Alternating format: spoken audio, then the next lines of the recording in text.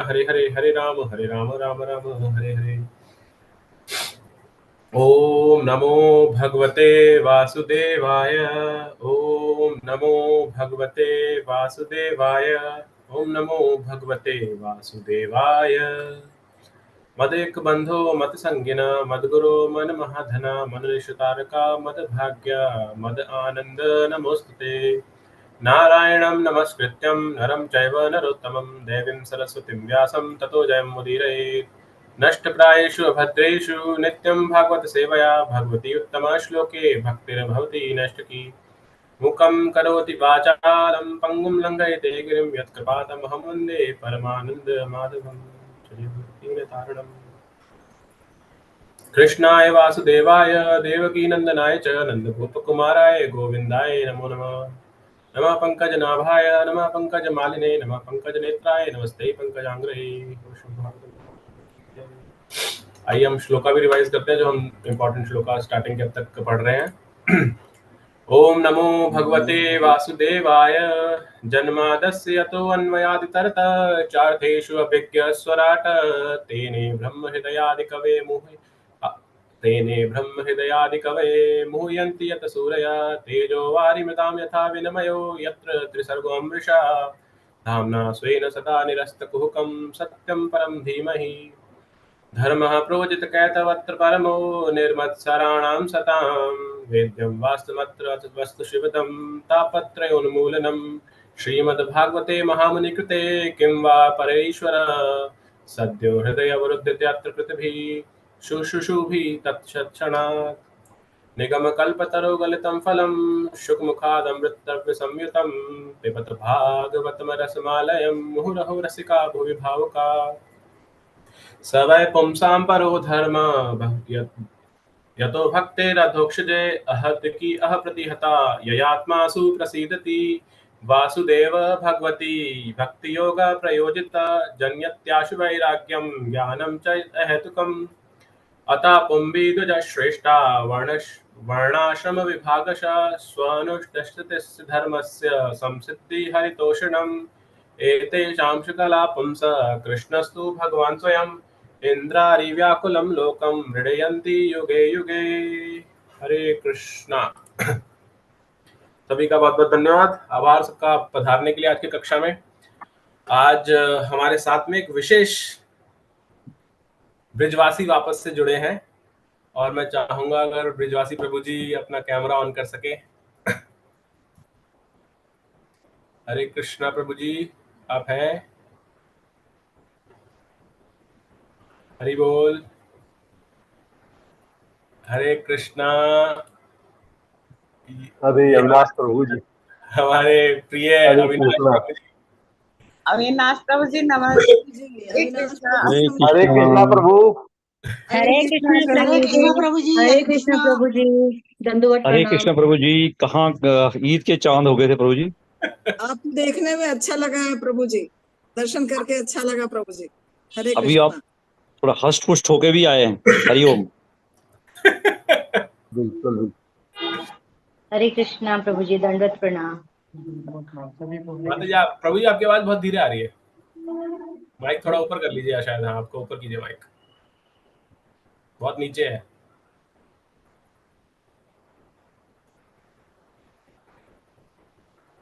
हरे कृष्णा प्रभु जी। हाँ जी, प्रभु जी फिर भी अभी कम है, अभी भी कम है, आ रही है आप लेकिन सही। धीरे है। हरे कृष्णा प्रभु जी। हाँ अभी ठीक है, हाँ अभी अब ठीक ठीक है, अब ठीक। है। तो हमारा सौभाग्य है कि आज हमें पुनः अविनाश प्रभु जी के द्वारा आज का भागवतम सत्र सुनने को मिलेगा, हम श्रवण कर पाएंगे। और प्रभु जी बहुत सुंदर इस्कॉन वृंदावन में, पहले तो धाम में भी वृंदावन, मतलब पहले तो बताया था ना, एक श्लोक आता है जिसमें बताया जाता है कि पूरे जगत के अंदर जो वैकुंठ धाम है, वैकुंठ सबसे प्रिय है, सबसे बढ़कर है। और फिर वैकुंठ से बढ़कर आता है, वैकुंठ से बढ़कर है मधुपुरी, मधुपुरी अर्थात मथुरा, मथुरा से बढ़कर बताया जाता है वृंदावन। तो प्रभु जी ऐसे वृंदावन धाम के अंदर, वो भी हमारे इस्कॉन के कृष्ण बलराम मंदिर के अंदर सेवा कर रहे हैं। और वो भी कहाँ सेवा कर रहे हैं? प्रभुपाद क्वार्टर के अंदर, जहाँ प्रभुपाद जी ने अपना समय बिताया उस जगह कर रहे हैं। तो आई एम श्योर प्रभु जी को बहुत ही कृपा मिल रही होगी और वो कृपा आज हमारे साथ शेयर करेंगे। हमें उनके साक्षात्कार के द्वारा जब हम आज हमें भागवत की कक्षा लेंगे तो उससे समझ में आएगा। तो प्रभु जी आपके हवाले कक्षा आप आगे लेके चलिए। मैं स्क्रीन शेयर कर देता हूँ, अगर आप चाहते हैं तो, या आप करेंगे स्क्रीन शेयर? प्रभु जी मुझे तो पीडीएफ में थोड़ा ही था वो कंटेंट, वो खत्म हो गया पीडीएफ, हाँ, उससे ठीक आगे है। आप लोग बढ़ चुके हैं। हाँ ठीक है, मैं आपको मैं स्क्रीन शेयर करता हूँ प्रभु जी। बस ठीक। हरे कृष्णा प्रभु जी। यस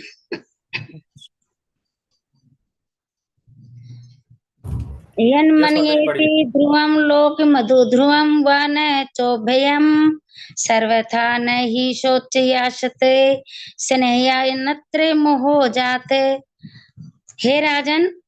हे राजन, सभी परिस्थितियों में चाहे आप आत्मा को नित्य मानो अथवा भौतिक देह को नश्वर अथवा प्रत्येक वस्तु को निराकार परम सत्य में स्थित मानो, यह प्रत्येक वस्तु को पदार्थ तथा आत्मा का अखत्यान्य स्वयं मानो, वियोग की भावना केवल मोह जनित स्नेह के कारण है, इसके अतिरिक्त कुछ भी नहीं है। तात्पर्य, वास्तविकता यह है कि प्रत्येक जीव परम पुरुष का व्यक्तिगत अंश है और उसकी स्वाभाविक स्थिति अधीनस्थ सहयोगी सेवक की है। चाहे जीव अपनी बद्ध अवस्था में हो अथवा ज्ञान तथा शाश्वता तथा से पूर्ण अपनी मुक्त अवस्था में हो, वह नित्य परमेश्वर के ही अधीन रहता है। लेकिन जो वास्तविकता ज्ञान के जानकार नहीं है, वे जीव की वास्तविक स्थिति के विषय में तरह तरह की कल्पनाएं करते हैं, किंतु दर्शन की सभी विचारधाराएं द्वारा यह स्वीकार किया गया है कि जीव शाश्वत है और यह 5 भौतिक तत्वों से बना शरीर रूपी ओढ़न विनाशशील तथा अस्थायी है। यह शाश्वत जीव कर्म नियम के द्वारा एक भौतिक शरीर से दूसरे में देहांतर करता है और यह भौतिक शरीर अपनी मूलभूत संरचना के कारण विनाशशील है। अतः आत्मा के देहांतरण के कारण या किसी अवस्था में भौतिक शरीर के विनष्ट होने से किसी तरह का शोक नहीं करना चाहिए। कुछ ऐसे लोग हैं जो भौतिक बंधन से छूटने पर परमात्मा में आत्मा के तादात्म्य में विश्वास करते हैं और कुछ ऐसे लोग भी हैं जो आत्मा के अस्तित्व को ही नहीं मानते, अर्पित पदार्थ में विश्वास करते हैं। हमारे दैनिक जीवन में हम न जाने कितने पदार्थ अन्य पदार्थों में रूपांतरित होते देखे जाते हैं, किंतु हम ऐसे परिवर्तनशील स्वरूपों के लिए शोक रोज ऊपर करना थोड़ा सा शोक नहीं करते हैं। प्रत्येक दशा में दैवी शक्ति का वेग अप्रहित होता है, इसमें किसी का वश नहीं है, अतः शोक करने का कोई कारण नहीं होता है। हरे कृष्णा प्रभु जी। ठीक है प्रभु जी। ओके प्रभु जी। ठीक है, तो इस श्लोक में जैसे हम देखते हैं कि यहाँ पर क्या बताया गया है कि यहाँ पर कौन बोल रहा है, किसको बोल रहा है श्लोक, पहले तो ये चर्चा करने की आवश्यकता है। कौन बोल रहा है, कोई बताएगा? ये श्लोक कौन किसे बोल रहा है? हरे कृष्णा प्रभु जी, सूत गोस्वामी बोल रहे हैं। अच्छा, किसे बोल रहे हैं? युधिष्ठिर महाराज। युधिष्ठिर महाराज। सूत गोस्वामी युधिष्ठिर महाराज को बोल रहे हैं। और कोई बताएगा कौन किसे बोल रहा है? हरे कृष्णा प्रभु जी, नारद जी बोल रहे हैं युधिष्ठिर को। हाँ, यस माता जी।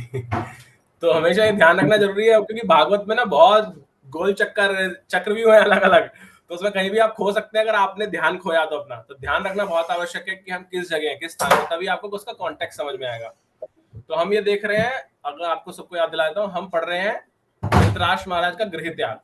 उस अध्याय में हमने देखा था धृतराष्ट्र महाराज, हम पिछले हफ्तों में देखा कि वो चले गए घर छोड़ करके, और जब शोकातुर थे कौन? युधिष्ठिर जी, और उनके साथ कौन था एक और शोकातुर व्यक्ति?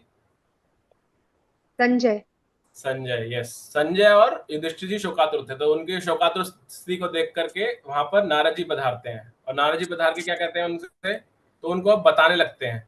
क्या बताते हैं? कि इस शोक करने की आवश्यकता क्या है। जैसे हमने पिछली बार भी चर्चा की थी, जैसे भगवान अर्जुन को बोलते हैं स्टार्टिंग में भगवत गीता के दूसरे अध्याय में, जैसे भगवान बोलना शुरू करते हैं, वहां भी ऐसे बोलते हैं कि शोक क्यों कर रहे हो। तो यहाँ पे नारद जी भी आके उनको यही कहते हैं कि भाई शोक क्यों, किस लिए कर रहे हो, राइट। तो अभी उसी श्रृंखला के अंदर नारद जी अलग अलग तरह के तर्क दे रहे हैं। तो यहाँ पे क्या तर्क देते हैं कि आप कुछ भी मानो, चाहे आप आत्मा को नित्य मानो या ये मानो देह नश्वर है, या प्रत्येक वस्तु को निराकार परम सत्य में स्थित मानो, कुछ भी स्थिति के अंदर जो कुछ भी हो रहा है, ये जो वियोग की भावना है, ये सिर्फ कहां से आती है? आपके मोह के कारण। जो मोह कहां से आया? स्नेह के कारण। और स्नेह कहां से आया?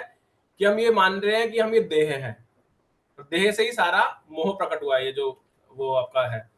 तो यहाँ पर प्रभुपाद जी श्लोक को समझाते हुए हमें अलग अलग चीजें बताते हैं कि कैसे जीव जो है उसकी वो बद्ध अवस्था में यहाँ पर, और उसकी मुक्त अवस्था क्या है? भगवान के अधीन रहना, ये उसकी मुक्त अवस्था है। और ये अवस्था प्राप्त करने के लिए वो जीव लगा रहता है, संघर्ष करता रहता है। और जो आत्मा है या जिसको जीव बोलते हैं, वो क्या है? शाश्वत है, हमेशा रहने वाली है। हमने दूसरे अध्याय में पढ़ा है भगवत गीता के, उसमें यही बताया गया पुरातन है, इसका कोई समय नहीं है कब हुई थी, ना कभी अंत हो सकता है। और जबकि इसके ऊपर का जो ओढ़ना है, यानी कि जो शरीर है, ये क्या है? ये विनाशशील है और अस्थायी है। तो इस तरह से सेम यही चीज हम इस तरह की चीज देखते हैं जब हम भागवतम में आगे बढ़ेंगे और जब हम छठे स्कंद में पहुंचेंगे, उसमें देखेंगे चित्रकेतु एक महाराज हुए हैं, उनके पुत्र होता है, उसका नाम में भी एक छोटी सी कथा है यहाँ पर बताने के लिए, अगर आपने किसी ने नहीं सुनी हो तो एक भागवत में आएगी आगे कथा। हो चित्रकेतु एक महाराज थे, उनके कोई भी संतान नहीं थी। और इनके मतलब मैं एक पार्ट ले रहा हूँ उस कथा का, कथा से पहले भी, इससे भी पहले बहुत कथा है और बाद में भी बहुत कथा है कि कैसे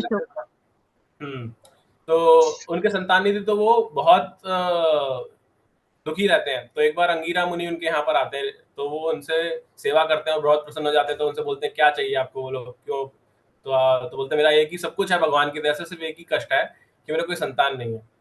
और उनकी एक्चुअल में आई थिंक 1000 रानियां होती हैं उनकी, तो किसी से भी उनको संतान नहीं होती। तो दुखी होते हैं, तो वो कहते हैं कि क्यों चाहिए तुम्हें संतान? तो बोले नहीं, इस जगत में वही संतान का ही तो सुख, सबसे बड़ा सुख माना जाता है, वही नहीं है मुझे मेरे पास। तो काफी वो रिक्वेस्ट करते हैं, तो कहते हैं ठीक है, मैं तुम्हें आशीर्वाद देता हूँ, तुम्हें संतान प्राप्त होगी, एक पुत्र प्राप्त होगा, और उसका नाम तुम्हें हर्ष शोक रखना है। तो वो थोड़ा सा चले जाते, तो सोचता है कि हर्ष शोक नाम बोला है, ठीक है। तो नहीं, वो बोलते भी है कि उसका नाम हर्ष शोक इसलिए रखना क्योंकि तुम्हें उससे हर्ष भी होगा और शोक भी होगा। तो सोचते हैं कि ऐसा क्या होगा, सोचते हैं बच्चे होते हैं, शैतानी करते हैं इसलिए बोल रहे होंगे कि मुझे गुस्सा आएगा उसके ऊपर, मैं कहूंगा क्यों ऐसी संतान होगी मेरे, तो इसलिए वो बोल रहे हैं ऐसा, ठीक है। वो प्रणाम करके चले जाते हैं और उसके बाद उनकी वो संतान होती है, संतान होकर बहुत प्रसन्न हो जाते हैं। मुझे उस रानी का नाम याद नहीं है, अगर किसी को पता हो तो रानी का नाम बता सकते हैं। तो एक उन 1000 रानियों में से एक रानी के संतान होती है वो, और उनकी तो वो उस संतान होने का उसका नाम हर्षशोक रखते हैं। और वो क्योंकि संतान चाहते तो बहुत आनंदित रहते हैं, उसके साथ रहते हैं, वो रहेंगे तो स्वाभाविक है उस रानी के भी उनके संबंध और ज्यादा दृढ़ हो जाएंगे, सुदृढ़ हो जाएंगे, और उनके साथ समय ज्यादा बिताने लगते हैं। तो जो बाकी रानियां होती है 999 रानियां, बाय बिहेवियर उनमें ईर्ष्या जागृत होती है। कहती हैं ऐसा क्या हो गया भाई, उस विशेष रानी में एक पुत्र हुआ है, उसके पीछे हमें छोड़ दिया और महाराज सारा समय उन्हीं के साथ देते हैं। तो उनमें से कुछ और कुटिल होती हैं, वो कहती हैं कि ये सारी जड़ है ये पुत्र। तो तीसरी बोलती है कि भाई तो इस पुत्र को अगर हम हटा देंगे तो महाराज वापस से हमें पहले जैसा स्नेह करने लगेंगे। तो क्या करते हैं वो, जब आई थिंक पुत्र शायद 4-5 साल का होता है, तो वो उसको जब उसकी माँ से थोड़ा दूर गया होता, बैठे होते, तो उसको खीर के अंदर जहर मिला के दे देते हैं, और वो पुत्र वो जहर पीता है और वो मर जाता है।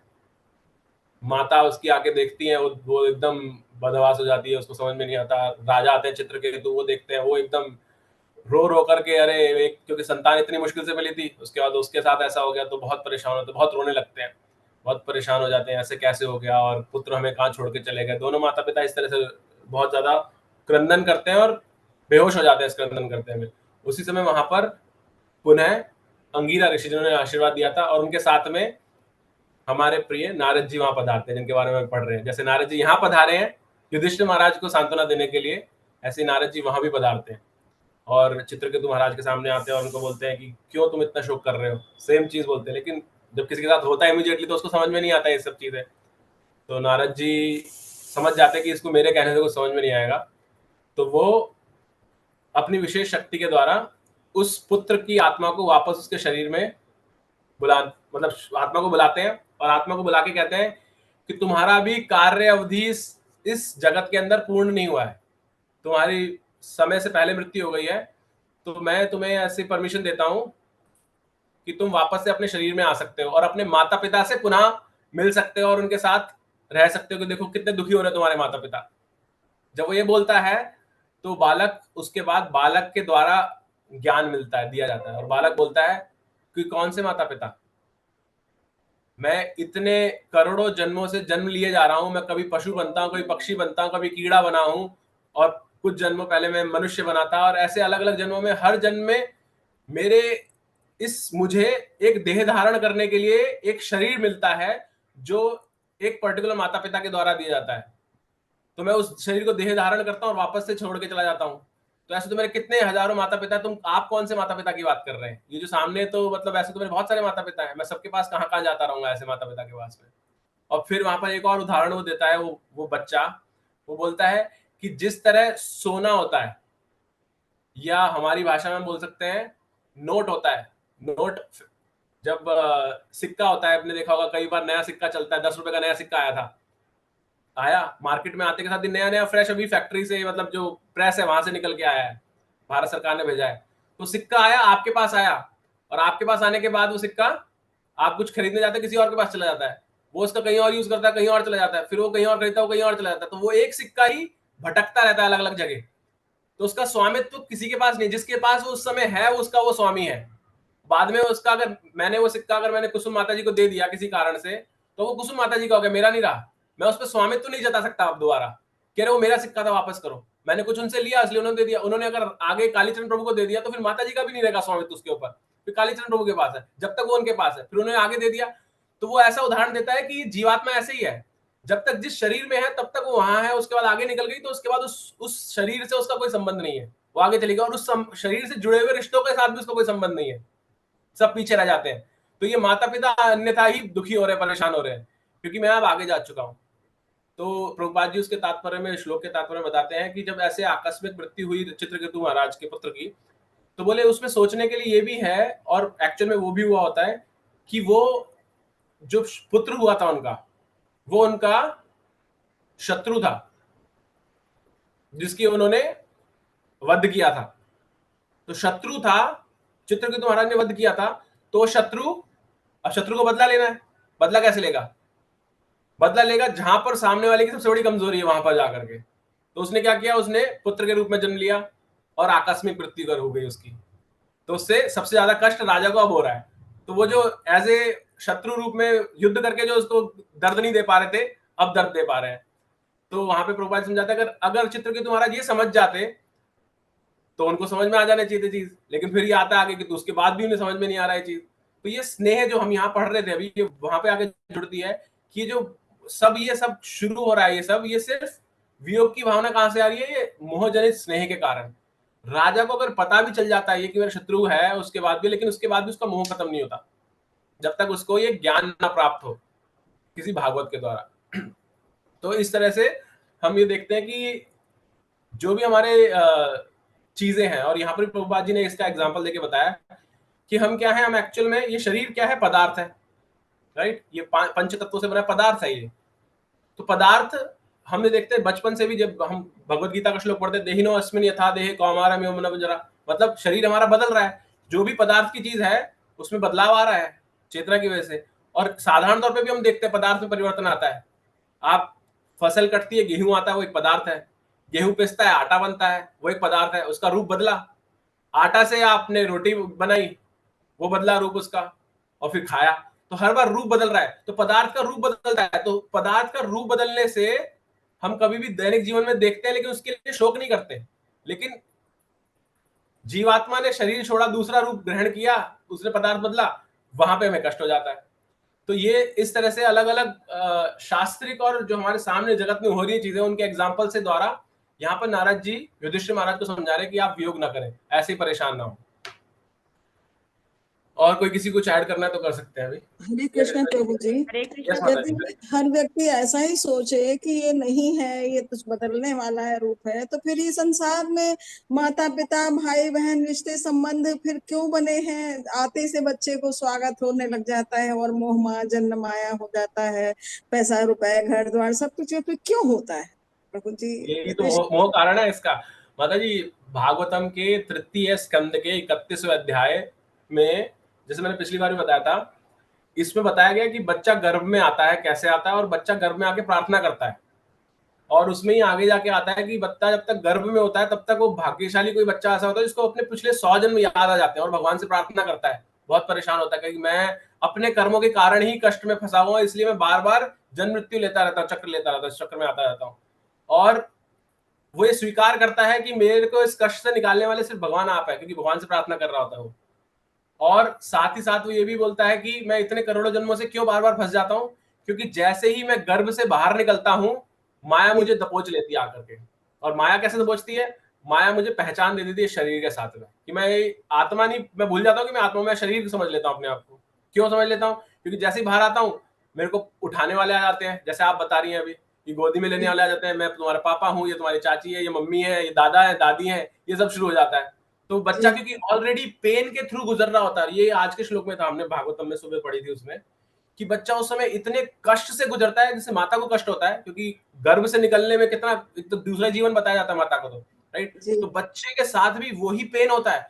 तो जो भगवान से प्रार्थना कर रहा होता है और उस समय जब वो पेन से गुजरता है ना, उससे एकदम, कई बार बच्चे मरे हुए भी निकलते हैं इसलिए, क्योंकि इतनी डिफिकल्ट वो स्थिति है वो, तो इतना कठोर उसे कष्ट मिलता है कि वो भूल जाता है जो उसने अभी प्रार्थना की है, और जब भूल जाता है एकदम फ्रेश हो जाता है, उसी टाइम उसको माया पकड़ लेती है फ्रेश को, तो वो उसमें फंस जाता है। और उसका कष्ट यहाँ तक है, हमें लगता है बच्चा बर्थ ले रहा है, बहुत अच्छी बात है, ये कष्ट बताएगा, इसलिए बोलते हैं जन्म मृत्यु जरा व्याधि, ये 4 हमारे कष्ट है, तो हमें जन्म समझ में नहीं आता, इसलिए हमें ये अध्याय पढ़ना चाहिए उसके लिए।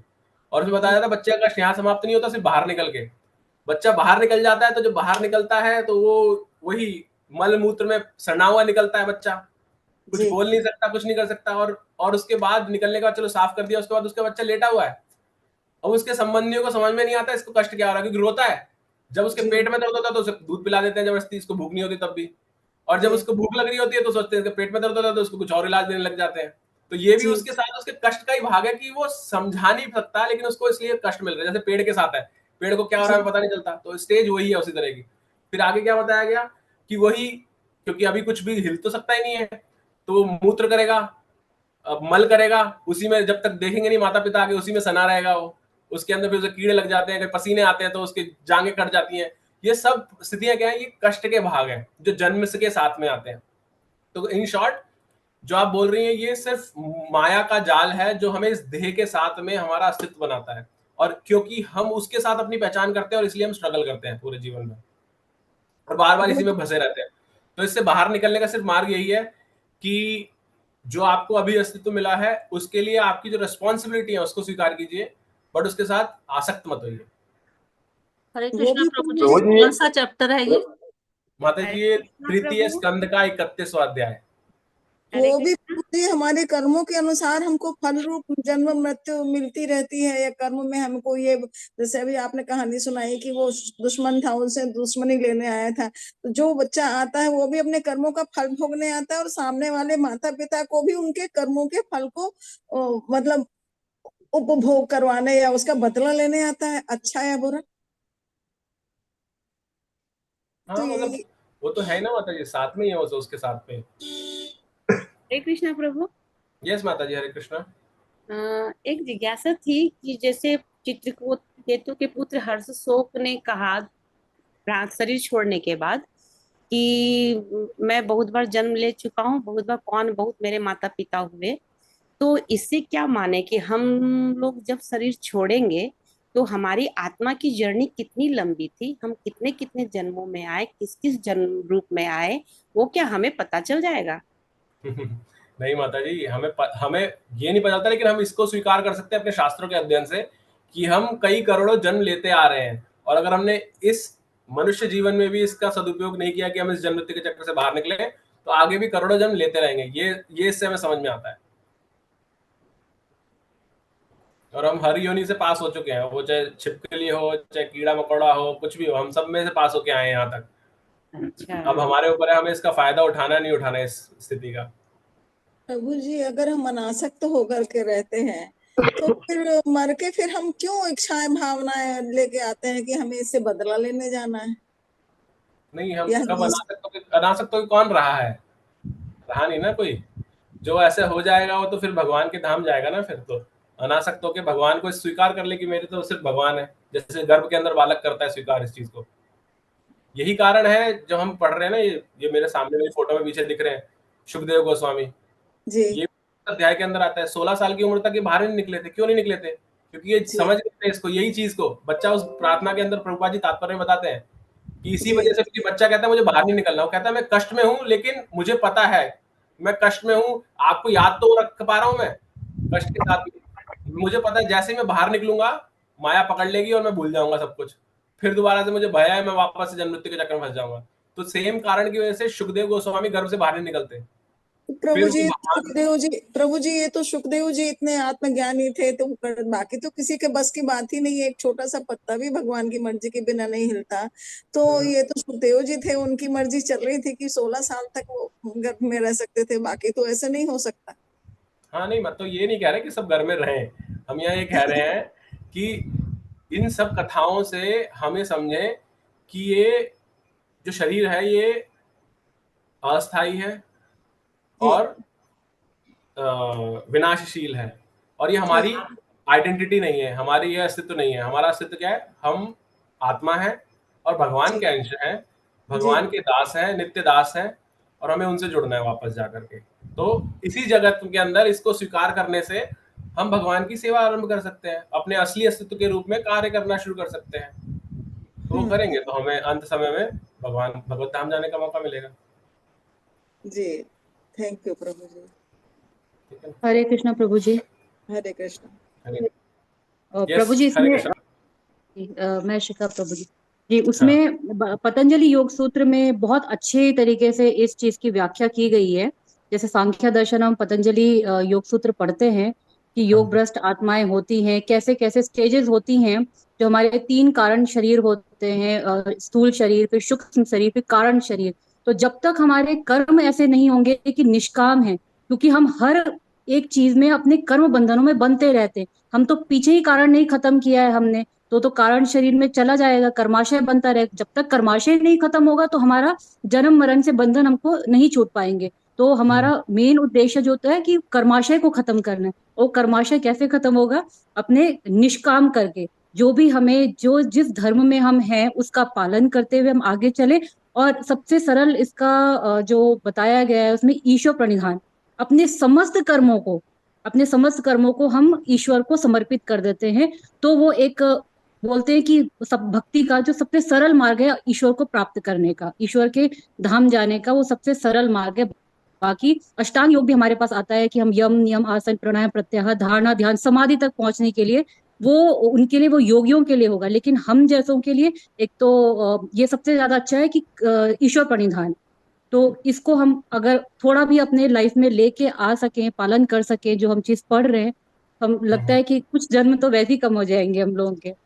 बस कारण शरीर को बेसिकली हमको कर्माशय को खत्म करना है। कर्माशय खत्म हो गया जिस दिन, तो उस दिन जन्म मरण का बंधन छूट जाता है।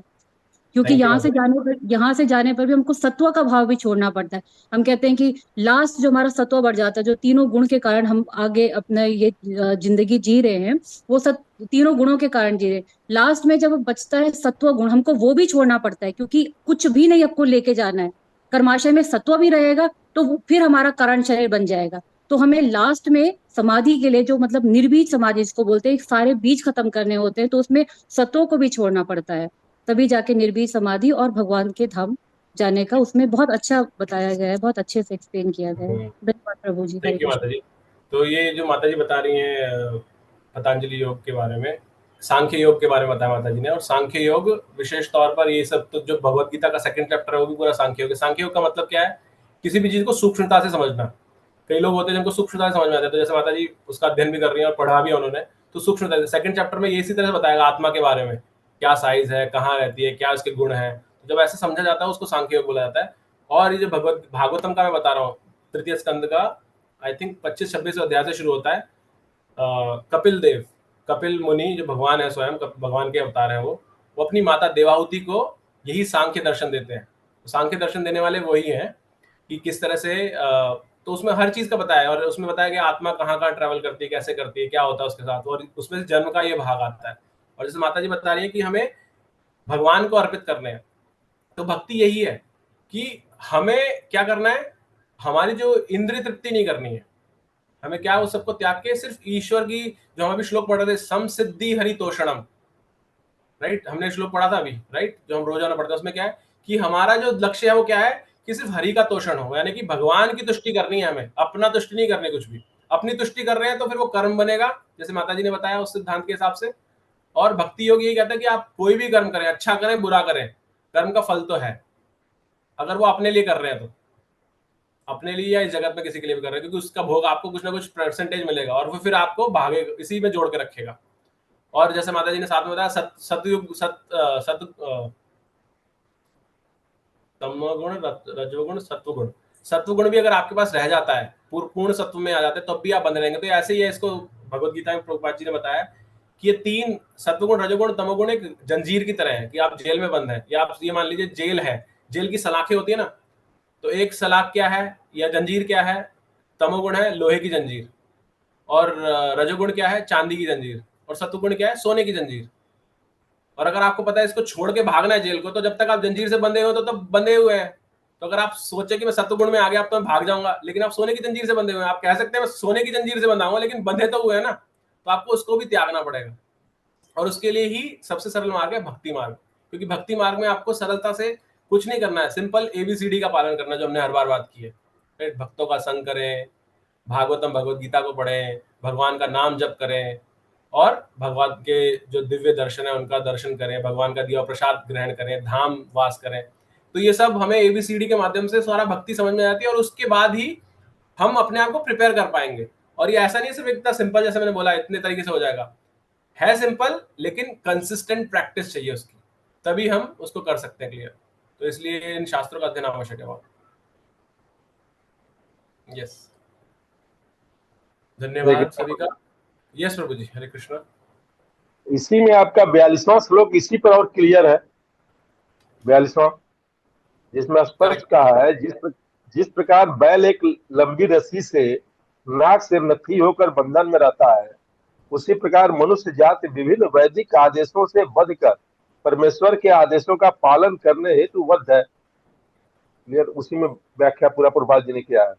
करेक्ट, हाँ, वहां पर भी यही चीज बताई गई है, करेक्ट। तो हमें शास्त्र पढ़ते रहने से ये लाभ मिलता है कि सेम चीज अलग अलग माध्यमों से, अलग अलग कथाओं के माध्यम से मिलती रहती है। तो एक बार में तो किसी को परिपक्वता नहीं आती, लेकिन बार बार जब जल की बूंद भी एक जगह गिरती रहती है बार बार बार बार बार बार, तो वहां पे गड्ढा होने लगता है, एक पत्थर पे भी। अभी कमल लोचन प्रभु जी ने कल जब लास्ट कर रहे थे कलम में भागवतम का, तो अंत में उन्होंने कहा कि जिनका अपना मकान हो लो हाथ उठावे। उसके बाद उन्होंने कहा, आवाज नहीं आई प्रभु जी, कट गई आपकी। क्या कहा, उनका अपना मकान हो? जिन लोगों के पास अपना मकान हो वो लोग हाथ उठावे। सब लोगों ने हाथ उठाया जिनका मकान था। तब उस पर उन्होंने कहा कि आपके गोरखपुर शहर में भगवान का कोई मंदिर नहीं है, और ये मकान आज से 50 साल पहले भी आपका नहीं था, और आगे भी 50-100 साल के बाद आपका नहीं रहेगा। ये शरीर एक लाश है, जब तक आत्मा इसमें है तभी तक आपको लग रहा है कि आपका है। तो ये शरीर सिर्फ एक यात्रा है। यही हमको जितना जल्दी एहसास हो जाएगा, हम सब कर्म भगवान के लिए करेंगे। हरे कृष्णा प्रभु। थैंक यू प्रभु जी। यस, और कोई भी शरीर मिलता ही यात्रा के लिए है। यस, अविनाश प्रभु जी, आप कुछ ऐड करना चाहेंगे? हरे कृष्णा प्रभु जी। यस, आपने तो सब कुछ कवर कर दिया। बस यहाँ पे एक है कि हमें ये समझना चाहिए कि मतलब यहाँ पे नारद मुनि ने युधिष्ठिर महाराज से चार स्थिति बताते हैं कि जो हम भगवद गीता में डिस्कस करते हैं। भगवद गीता में भगवान बताते हैं श्लोक में भी कि अगर तुम शरीर को और शरीर मानते हो तब पर भी तुम्हें टेंशन मतलब शोक करने की आवश्यकता नहीं है, क्योंकि शरीर नाश हो जाएगा। अगर शरीर को तुम आत्मा मानते हो तब पर भी तुमको शोक करने की आवश्यकता नहीं, क्योंकि आत्मा अमर है। तो ये दो तो यहाँ पे नारद मुनि बताते हैं, और दो और चीज बताते हैं यहाँ पे नारद मुनि।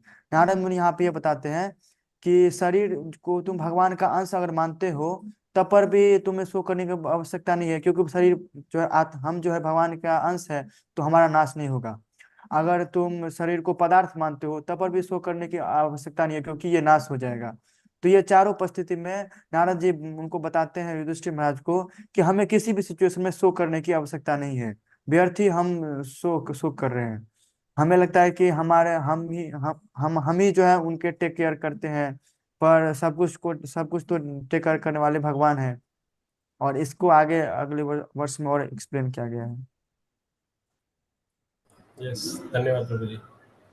आगे बढ़ने से पहले जस्ट मेरी हरे सब कृष्ण प्रभु जी, हरे कृष्ण हरे प्रभु जी। कृष्णा एक प्रभु अंतिम जी। लाइन इसमें ये जो दी है कि हमारे दैनिक जीवन में हम न जाने कितने पदार्थ अन्य पदार्थों में रूपांतरित होते देखे जाते हैं, किंतु हम ऐसे परिवर्तनशील रूपों के लिए शोक नहीं करते। ठीक, इसके बाद ये जो दिया है, प्रत्येक दशा में दैवीय शक्ति का वेग अप्रतिहत होता है, इसमें किसी का वश नहीं। इसका क्या मतलब?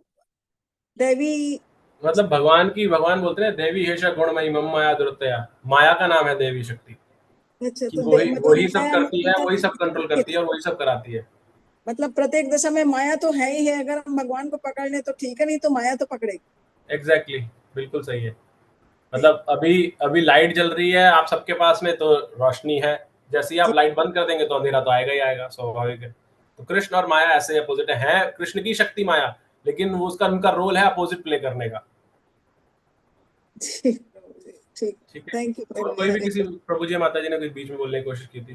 हरे कृष्णा। हरे कृष्ण हरे कृष्णा प्रभु जी, दंडवत प्रणाम। दंडवत प्रणाम माता जी। प्रभु जी, जू के प्रभु जी हैं रूप विलास प्रभु जी, तो वो क्लास ले रहे थे कल, तो बता रहे थे कि जब आप अकर्म करते हो, कर्म अकर्म विकर्म है ना, 3 है। यस कर्मों के बंधन से आप बंध जाते हो और उसके 3 फल हमको मिलने हैं, इच्छित, अनिच्छित और मिश्रित। और जब आप अकर्म करते हो, जैसे अभी आप क्लास ले रहे हो, हम सुन रहे हैं, तो ये अकर्म हो गया। इस अकर्म करने से हमारा करण शरीर भी जो है ना नष्ट हो जाता है, क्योंकि ये जब तक आप अकर्म नहीं करते हो, क्लास नहीं सुनते हो, बैठते हो, जो भगवान के लिए कर्म करते जाते हो, वो आपका अकर्म है। वो माता जी कह रही थी ना गीतांजलि में कि ये करण शरीर का जो 3 शरीर हमारे अंदर है। हाँ जी बिल्कुल। हाँ, माता जी भी अकर्म की बात कर रही थी, जो आप कह रहे हैं ना, वही सेम वही चीज बोल रहे हैं। करण शरीर जो है वो यातना शरीर होती है, वो मृत्यु के बाद मिलता है, अपने अंदर नहीं होता, वो मृत्यु के बाद मिलता है। वो ही सजा भुगतता है, अच्छा बुरा जो भी भुगतना उसने, मगर वो यहीं से कट जाता है जब हम अकर्म करते हैं। जैसे आप अभी अकर्म कर रहे हो, क्लास दे रहे हो, हम लोग सुन रहे हैं, तो ये अकर्म है। इसी अकर्म से हमारे सारे कर्म फल जो है ना धीरे धीरे कटने शुरू हो जाते हैं। तो हाँ, मैं यही बता रही थी कि धन्यवाद। धन्यवाद। हरे कृष्णा प्रभु जी, हरे कृष्णा प्रभु जी। यस प्रभु जी। लेकिन गीता प्रभु जी ये कहती है कि कोई भी आदमी किसी भी समय बिना कर्म किए बिना नहीं रहता। तो इस समय हम कर्म कर रहे हैं क्या? हाँ, तो यही जो माता जी ने बताया ना, गीता का जब 3रा अध्याय पढ़ते हैं तो उसमें 3 तरह के कर्म बताए गए हैं। क्या बताया है? सकाम कर्म और विकर्म और अकर्म। तो क्या है सकाम कर्म? हम सब जानते हैं, अच्छे कर्म करना। विकर्म मतलब सकाम कर्म का अर्थ है जो कि आपको पुण्य चीज दे, और विकर्म का अर्थ है जो अपोजिट दे, आपको पाप चढ़ेगा, उससे पाप मिलेगा। और अकर्म क्या है?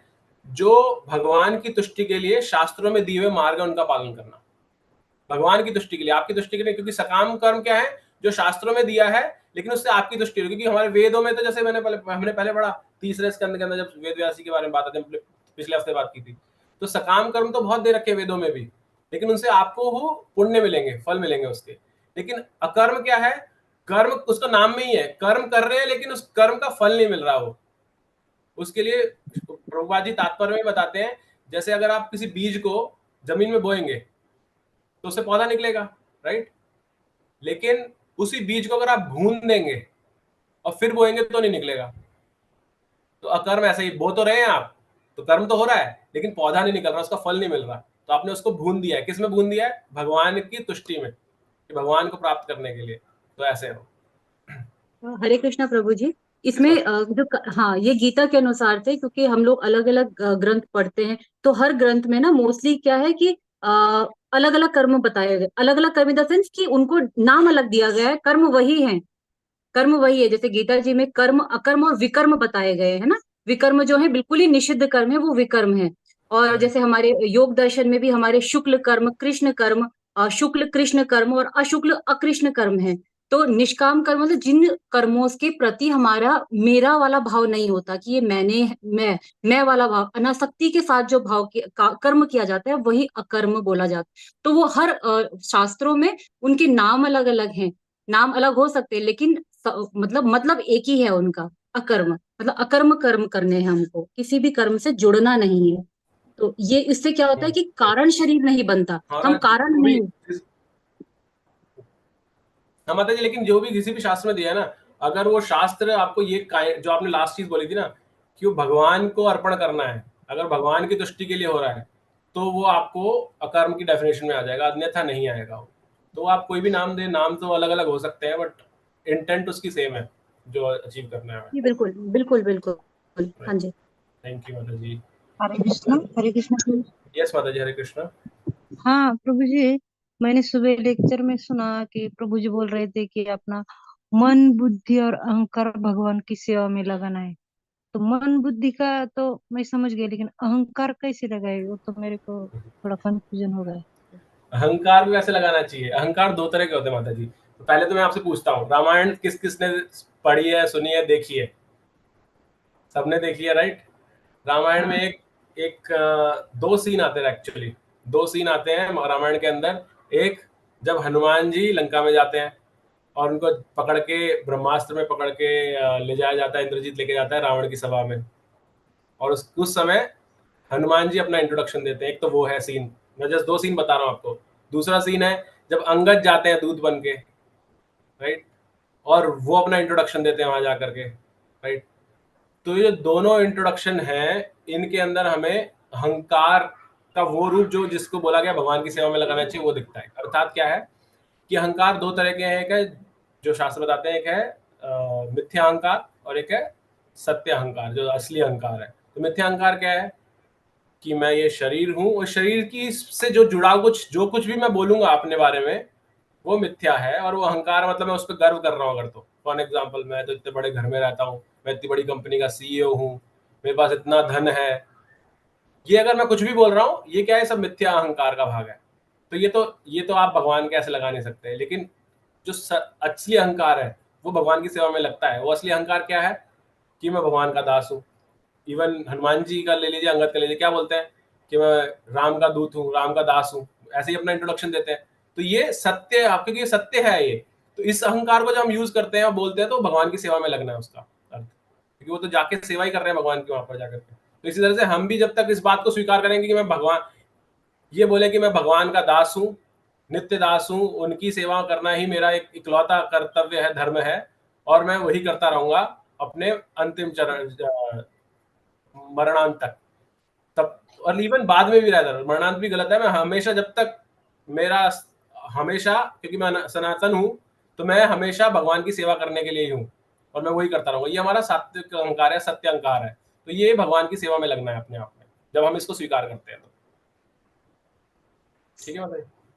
थैंक यू प्रभु जी। हरे कृष्णा। तो मैं जस्ट ये बोल रहा था आप सबसे, क्योंकि आप लोग अभी 50+ लोग यहाँ पे जुड़ते हैं, मैंने खुद ही अनुभव किया और मैं इसलिए आप सबसे ये रिक्वेस्ट करना चाहता हूँ। जैसे मैंने अभी ये चित्रकेतु महाराज की कथा बताई आपको, ये मैंने कल ऐसे ही चलते फिरते में घर में भागवतम रखी थी, मैंने माँ के कबर्ड में से छठा स्कंद निकाला, मैं कुछ और ढूंढ रहा था और वो मुझे मिल गया और मैंने उसमें श्लोक पढ़े कुछ, और ये स्टोरी बहुत इंटरेस्टिंग लगी, थोड़ी सी मैंने पढ़ी तो मैंने रियलाइज किया कि, और इसलिए मैं आप सबसे निवेदन कर रहा हूँ कि आप सब लोग, क्योंकि हम भागवतम पढ़ रहे हैं, आप सब लोग एक्चुअल भागवतम अपने घर में रखिए, आप उसको ग्रहण अपने घर में लाइए, उससे बहुत प्रभाव पड़ता है। क्योंकि भागवतम अपने आप में आने से प्रभाव पड़ता है, और दूसरा जो आपके आसपास होगी ना, तो आप जब भी खाली बैठ करके, और क्योंकि मैंने क्या बताया, या तो कृष्ण होंगे या माया होगी, तो जब आप खाली हैं, अगर आप कृष्ण को याद नहीं कर रहे तो माया आपको जकड़ेगी जकड़ेगी, और वो टीवी के फॉर्म में हो सकता है, आपके मोबाइल में, यूट्यूब के माध्यम से हो सकता है, व्हाट्सएप के माध्यम से हो सकता है, फेसबुक के माध्यम से होता है। मोबाइल तो अपने आप में बड़ा राक्षस है, तो किसी माध्यम से होता है। लेकिन जब आपके पास भागवतम है तो आप अगर कोई भी उसमें से उठा लेंगे, उसके अलग अलग बुक्स है ना, तो कोई भी एक उठा लिया आपने, कोई भी स्कंद उठा लिया, कोई भी अध्याय पढ़ना शुरू कर दिया, एक तो आप कृष्ण के संबंध में आ जाएंगे, जैसे अभी चंपकलता माता जी ने बताया, आप अकर्म के अंदर रहेंगे उस समय।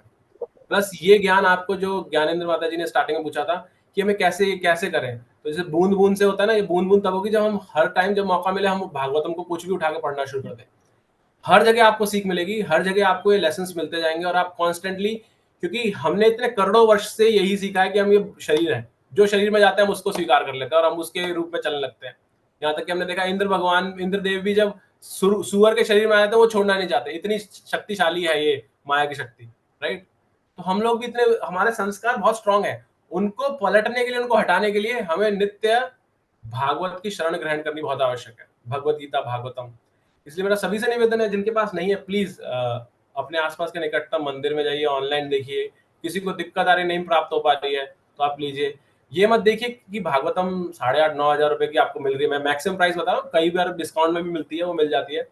ये आपके लिए आप अपना इन्वेस्टमेंट कर रहे हैं, बहुत जरूरी इन्वेस्टमेंट जो आपको करना ही चाहिए, तो इसको रखिए अपने पास में, बहुत आवश्यक है ये भागवतम, ठीक है। तो हम मेरे ख्याल से अगला श्लोक, एक छोटा श्लोक ले लेते हैं, उस पर चर्चा करते हैं फिर फटाफट। नेक्स्ट पढ़ने के लिए ज्ञानेंद्र माता जी आप पढ़िएगा। हरे कृष्ण प्रभु जी। तस्माज्जहं वैक्लव्यं ज्ञानकृतमात्मनः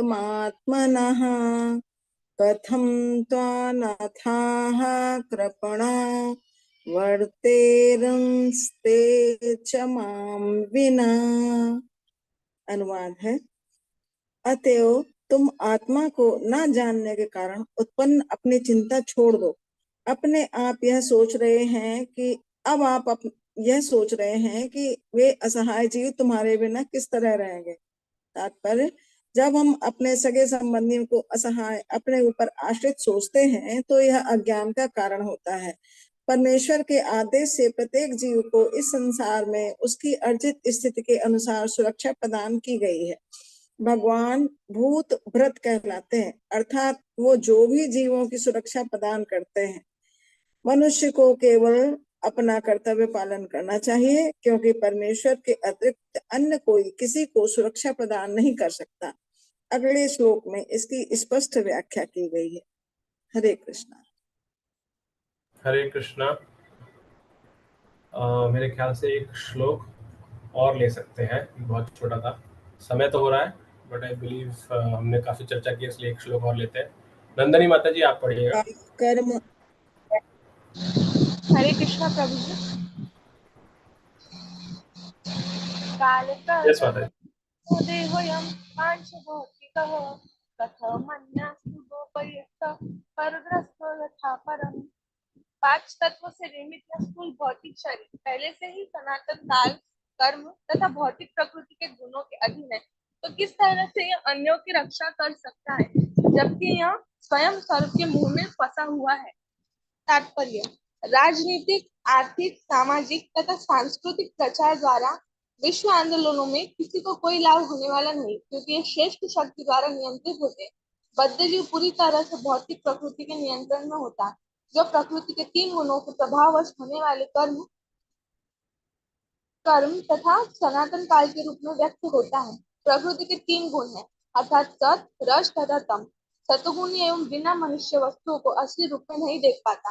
रजो तथा तमोगुणी व्यक्ति वस्तुओं को उनके असली रूप में कभी नहीं देख पाता। अतएव रजोगुणी तथा तमोगुणी व्यक्ति अपने कार्यों को सही दिशा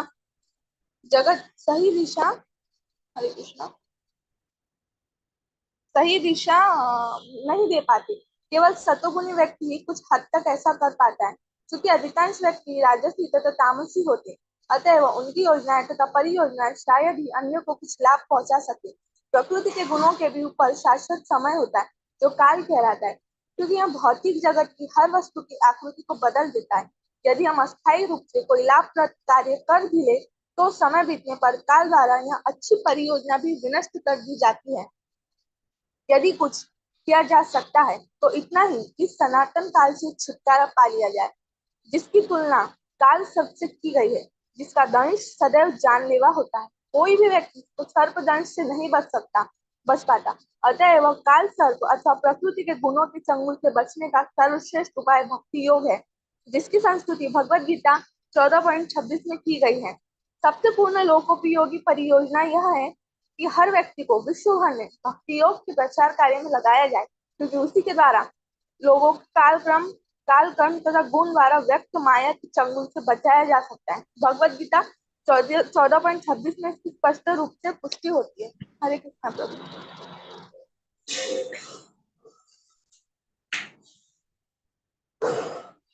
हरे कृष्णा। तो हम यहाँ देखते हैं कि जो हमने अभी पढ़ा, 2 श्लोक हमने पढ़े, उनमें बेसिकली क्या बताया गया है, जैसा हमने अभी बात भी की थी उसी के बारे में चर्चा की गई है कि हम इस शरीर से अपनी पहचान करने के कारण क्या करते हैं। एक तो शोकातुर होते हैं, दूसरा हम दूसरों के बारे में परेशान हो जाते हैं, अरे वो कैसे रहेगा, उसका कौन ध्यान रखेगा। यहाँ पे युधिष्ठिर महाराज के साथ वही स्थिति हो रही है ना, क्यों कहीं चले गए, उन्हें लग रहा है कि कैसे असहाय उनका बेचारा, उनको दिखता नहीं है, वो कहीं कहीं कष्ट में ना आ जाए, उनको ये स्थिति रहती है। तो ये स्थिति के कारण वो बहुत परेशान रहते हैं। तो ये जो स्थिति है ये अगेन क्यों आ रही है, क्योंकि हम अपने आप को ये शरीर से कनेक्टेड समझ के क्या सोचते हैं हम अपने आप को कि हम ही सब चीजों के कंट्रोलर हैं, हम ही सब चीजों का ध्यान, हम ईश्वर को समझते हैं। एक तरह से हम बोलते नहीं है मुंह से, लेकिन हम चेतना में अपने आप को ईश्वर समझते हैं कि मैं ही सबका ध्यान रख सकता हूँ। मतलब यहाँ तक बोला जाता है कि भगवान, हमने पहले भी इसमें चर्चा की है, जब बच्चा पैदा इस शरीर में आता नहीं, क्योंकि हम बच्चे की बात कर रहे थे, अब तक इस जगत में जब तक नहीं आता उससे पहले भगवान उसके भोजन की तैयारी कर लेते हैं ना। हर माता सिर्फ तभी दूध देती है, तभी जब, चाहे वो गाय हो चाहे स्त्री हो, जब बच्चा होने वाला होता है, राइट। उसके क्यों भगवान ने उसकी नियोजन कर रखा है, वो मनुष्य नहीं करता, वो भगवान करते हैं। तो ये सोचना कि मैं ही सब चीजों का संरक्षण करता हूं, मैं ही सबका ध्यान रखने वाला हूं, ये अज्ञान है, क्योंकि भगवान ही सबका ध्यान रखते हैं। और अगले श्लोक के अंदर इसी चीज को और ज्यादा डिटेल में समझाया गया। और यहाँ पर एग्जाम्पल क्या दिया गया है, ये जो श्लोक का बताया गया कि इस श्लोक जो यहाँ पे 14.26 श्लोक बताया गया है कि यही आपको इस चीज से बचा सकता है, काल सर्प से। क्या बताया गया यहाँ पर, भगवत गीता का 14.26 श्लोक क्या बोलता है, माम च यो विचारेण भक्ति योगेन सेवते सगुण समतित्यतान ब्रह्म भूयाय कल्पते। जो व्यक्ति क्या करता है, जो भक्तिमय सेवा में, भक्ति योगेन सेवते, जो भक्तिमय सेवा में भगवान की तरफ अर्पित करता है अपने आप को, तो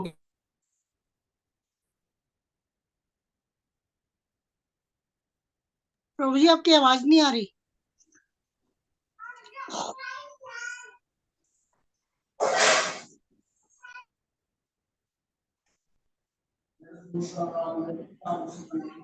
प्रभु जी आवाज नहीं आ रही आपकी।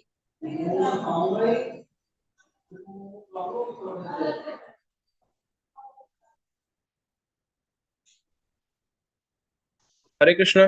प्रभु जी आवाज अब आई है। अब आई और पता नहीं मेरे एकदम से स्क्रीन बंद हो गई, क्या हुआ। तो ये भी मेरे कंट्रोल में नहीं है, देखो स्क्रीन तो है नहीं मेरे कंट्रोल में, और क्या कर सकता हूँ मैं कंट्रोल में, राइट। तो जस्ट मैं शॉर्ट में बताऊंगा और उसके बाद अविनाश प्रभु जी ऐड कर सकते हैं। तो मैं बस बोल रहा था, ये श्लोक हमें बताता है कि हम जब भक्ति योग को स्वीकार करते हैं तो जो जो चीजें इस श्लोक में बताई गई हैं, क्या, एक तो प्रकृति के 3 गुण, और दूसरी चीज समय, काल, काल को सर बताया गया है। तो ये श्लोक यही बताता है कि सगुणा सम तित्येतान ब्रह्म भूयाय कल्पते। तो वो गुणों को भी पार कर जाता है और काल को भी क्रॉस कर लेता है, तो वो भगवान के शरण में आ जाता है। तो अविनाश प्रभु जी आप शेयर करना चाहेंगे। हरे कृष्णा प्रभु जी, आवाज आ रही है क्या प्रभु जी? आ रहा है प्रभु जी, यस। तो ये 2 श्लोक बहुत अच्छे हैं, मतलब उसमें प्रभुपाद जी प्रपट में बहुत अच्छा बताते हैं। पहले पहले श्लोक में हमें ये सोचने वाली बात है कि नारद जी बोलते हैं कि तुम्हें शोक करने की कोई जरूरत नहीं है। आप ये सोचिए कि कुरुक्षेत्र के युद्ध होने से पहले, मतलब जब ये लोग हस्तिनापुर में नहीं थे, ये लोग जब धृतराष्ट्र के साथ नहीं थे, तब पर भी धृतराष्ट्र खुशी से थे, अपने पुत्रों के साथ, स्वपुत्रों के साथ थे, और उनका पालन पोषण हो रहा था। और अभी युद्ध हो गया और क्या बोलते हैं, युधिष्ठिर महाराज उनके साथ हैं, तो अभी उनको मतलब चिंता हो रही है कि अभी उनका क्या होगा। तो जब परपट स्टार्ट होता है तो उसमें सबसे पहला लाइन है कि जब हम अपने सगे संबंधियों को असहाय तथा अपने ऊपर आश्रित सोचते हैं, तो हम ये अज्ञान का कारण है। हम क्या करते हैं, हमें लगता है कि उनका हमारे सिवा कोई नहीं है, हम ही उनके जो सहायता कर सकते हैं। तो यही हमें सोचने वाला, यही नारद जी यहाँ पे बताते हैं कि वास्तव में अज्ञान है। पहले कुरुक्षेत्र के युद्ध से पहले वो कितने अच्छे से थे, लेकिन अभी अगर क्या बोलते हैं युधिष्ठिर के साथ है, युधिष्ठिर को लगता है कि हम ही उनके लिए सब कुछ कर सकते हैं, वो खुद कैपेबल नहीं है अपने जीवन व्यतीत करने के लिए। वास्तव में भगवान को भूतभृत कहलाते हैं, मतलब भगवान सभी जीवों की सुरक्षा प्रदान करते हैं उनके कर्मों के अनुसार। फिर अगले श्लोक में बताते हैं कि एक तरह से हमको एक तरह से सोचनी चाहिए कि हम किस प्रकार से लोगों की सुरक्षा कर सकते हैं। तो अगले श्लोक में बताते हैं कि ये शरीर क्या है, 5 तत्व से बना हुआ है, और वो 5 तत्व से मतलब 5 महाभूत जो कि नश्वर है, जो कभी खत्म हो जाएंगे। और उस पर से क्या बंधन है हमारे पास, सनातन काल, मतलब इटर्नल टाइम से हम क्या है बंधे हुए हैं। कर्म का बंधन है हमारे पास। उसके बाद भौतिक प्रकृति के द्वारा जो तमोगुण रजोगुण सतोगुण का बंधन है हमारे ऊपर। तो इससे हम छुटकारा पा नहीं रहे हैं, और हम चाहते हैं कि हम लोगों को सुरक्षा प्रदान करना चाहते हैं। तो ये इसको हम एक एग्जाम्पल समझ सकते हैं कि जैसे एक एक घर में 5 बच्चे हैं, या एक घर में 5 फैमिली है, माता पिता और 3 बच्चे, और तीनों बच्चों जो है को अजगर ने डस लिया है, अजगर के सब मुंह में है, और सब एक दूसरे को बोल रहे हैं कि मैं तुम्हें बचाऊंगा। पिताजी बोल रहा है रुको बेटा, मैं तुझे बचा रहा हूँ, मैं तुम्हें बचा लूंगा। तो ये सब क्या है, सब अजगर के मुंह में अजगर के मुंह में है, फंसे हैं, और सब एक दूसरे को आश्वासन देता है, और उन्हें लगता है कि मैं उन्हें निकाल लूंगा, बचा लूंगा। तो हमें वही अज्ञान, एक ये सब वास्तव में अज्ञान के कारण है। बद जी भाई यहाँ पे बताएंगे कि रजोगुण सत्वगुण तमोगुण से, ये तीनों गुणों से बंधे बंधे होते हैं। जो रजोगुण तमोगुण से बंधे होते हैं, तो जो हमें दिखता है, जो है नहीं वो दिखता है, मतलब वो किसी चीज को वास्तव रूप में नहीं देख पाते। वास्तविक रूप में देखने के लिए हमें सत्गुण में होना चाहिए। तो हम लोग इस गुणों से बंधे हुए हैं। उसके बाद से काल, जो अनंत समय से जो काल है, समय का जो बंधन है, उससे हम बंधे हुए हैं।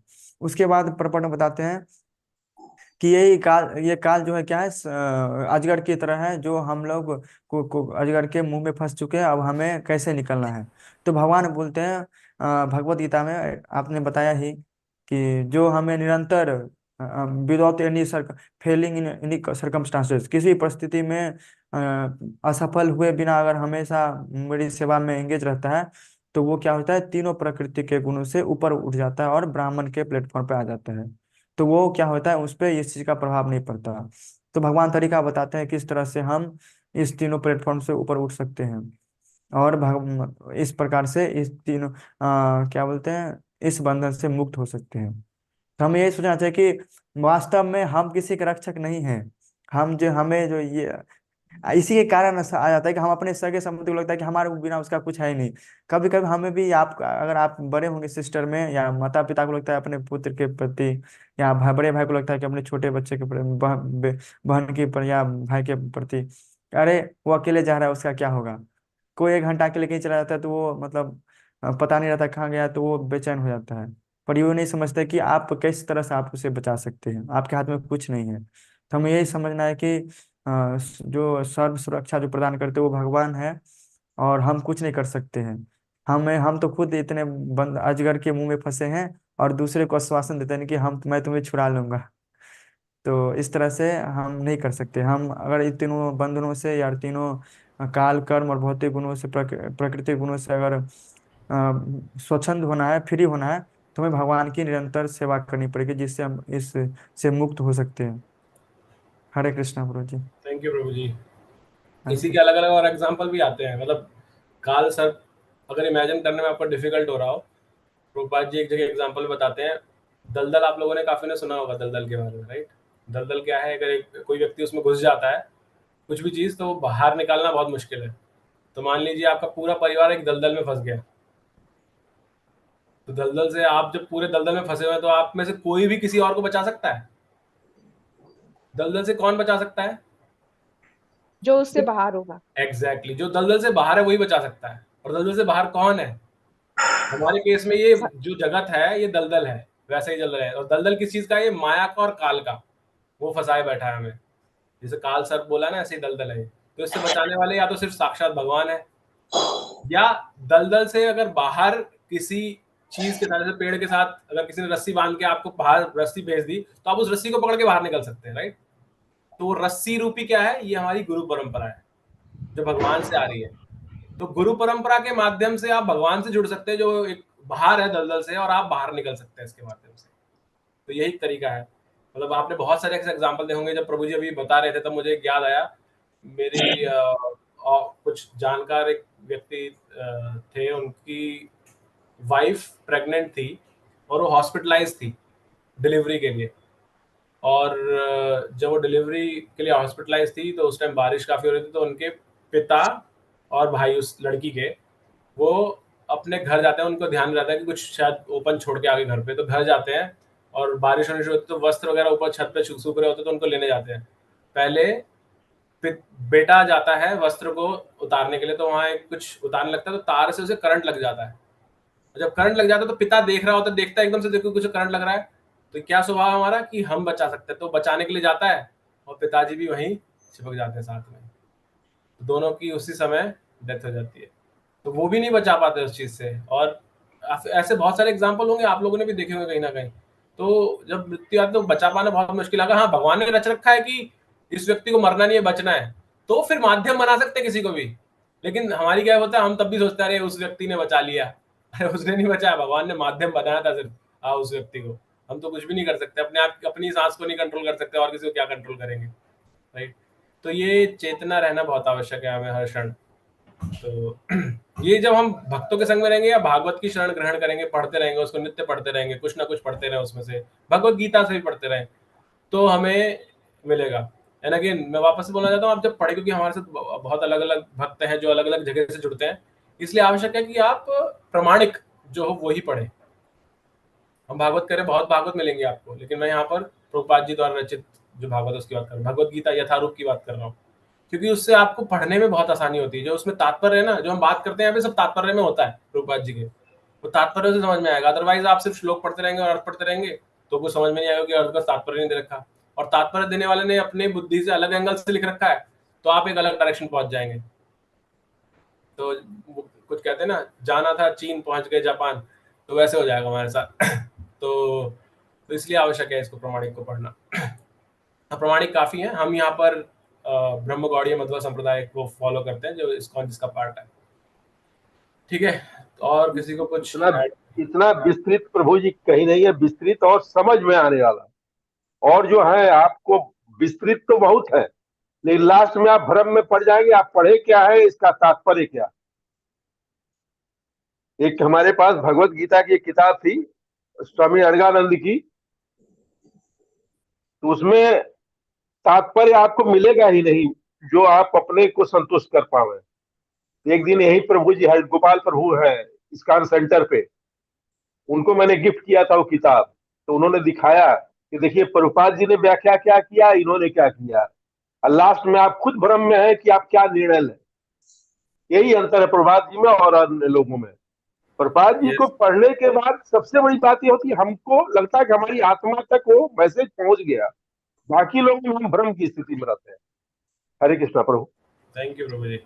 यस यस, मतलब ये ऐसे ही मानिए, जो मैं दलदल का एग्जांपल दे रहा था ना, ये वैसे ही है कि आप दलदल में तो फंसे, आपको पता बाहर से कोई निकल सकता है, आपको एक रस्सी दिख गई पड़ी हुई, आप उसको पकड़ खींचने लगेंगे, लेकिन अगर वो पेड़ से नहीं बंधी हुई है तो वो रस्सी भी आपके पास ही आएगी, अंदर आप बाहर नहीं निकल पाएंगे।